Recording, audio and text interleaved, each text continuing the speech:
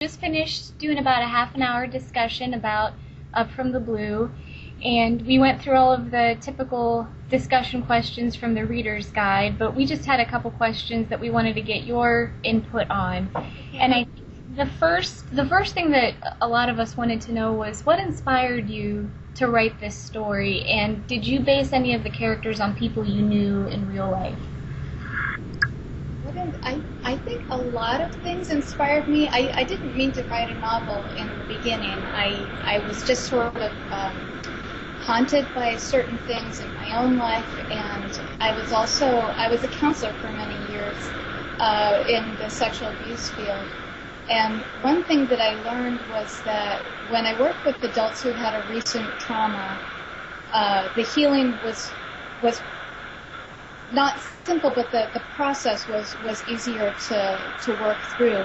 When I worked with adults who had trauma as children, or when I worked, my youngest client was 3, when I worked with children, the trauma was like in the hard wiring.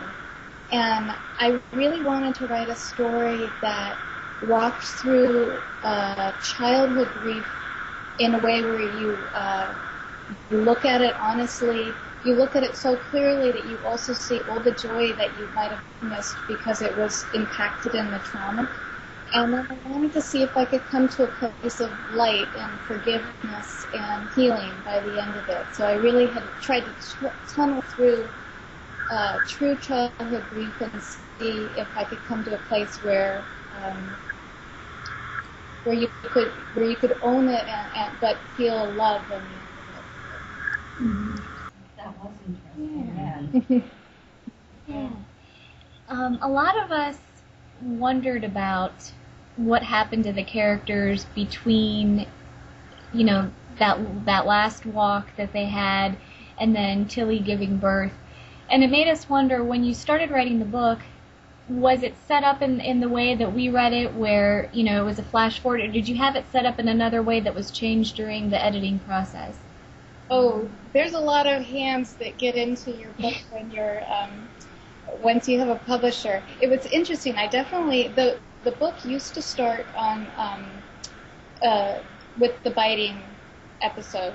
It started only as an 8-year-old, and I told the story until she was about 20 for the first version, and we ended up cutting probably 10 chapters. Oh my God. And we decided to keep it just that 1 year, and so then that was the book, and it ended with the swimming thing, but it was told through the eyes of the 8-year-old rather than the adult reflecting back. And then HarperCollins, when they bought the book, they said there were questions they had as a reader that an 8-year-old couldn't answer. She wouldn't have the language or the life experience to answer. So they said, could I write a frame story around the book? And so I said, no problem. And I Googled frame story to see what I had agreed to. It's sort of like in the Titanic movie, the Titanic, have somebody looking back, and you have a plot that's the earlier plot. So that part was an editing decision, and originally I had filled in a lot of those years that are missing, and we decided to keep it to 1